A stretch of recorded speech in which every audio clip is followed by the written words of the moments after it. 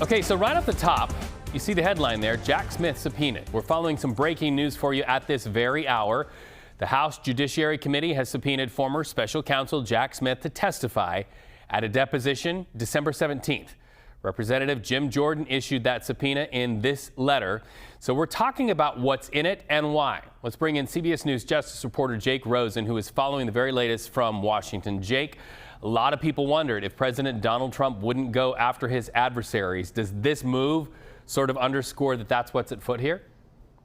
Oh, certainly. And we saw at yesterday's cabinet meeting, Reed, that Attorney General Pam Bondi said that she was still open to potentially exploring potential investigations and potential indictments if it came to that point about Jack Smith's investigations into President Trump for both his special counsel investigations into President Trump's alleged mishandling of classified documents, but also his alleged plot to interfere with the 2020 election results.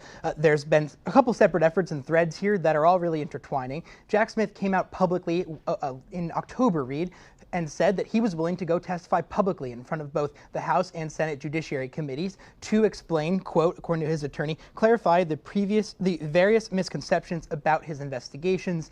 This really has not satisfied Senate and House Republicans. They want something to be done behind doors. What it appears right now is that on December 17th, Jack Smith will cooperate and come in. You see the statement from his attorney, Peter Koski, there. He's going to come in and meet with these investigators and lawmakers who potentially have a range of questions. Some of them are not necessarily related to what the current circumstance is in the House and Senate, which is some new revelations brought by Senate Chairman of that committee, Chuck Grassley, who said and accused Jack Smith of potentially spying on phone records of certain lawmakers who were involved in Jack Smith's investigation and who Jack Smith investigated. Jack Smith said that those are just misconceptions, and generally that he was just looking at phone records around January 6th or 2021, and that there was no broad wiretapping. It was simply just seeing who had been called when by potentially people at the White House. At the same time, Jim Jordan has been one of those lawmakers who's wanted a full push and brief from Jack Smith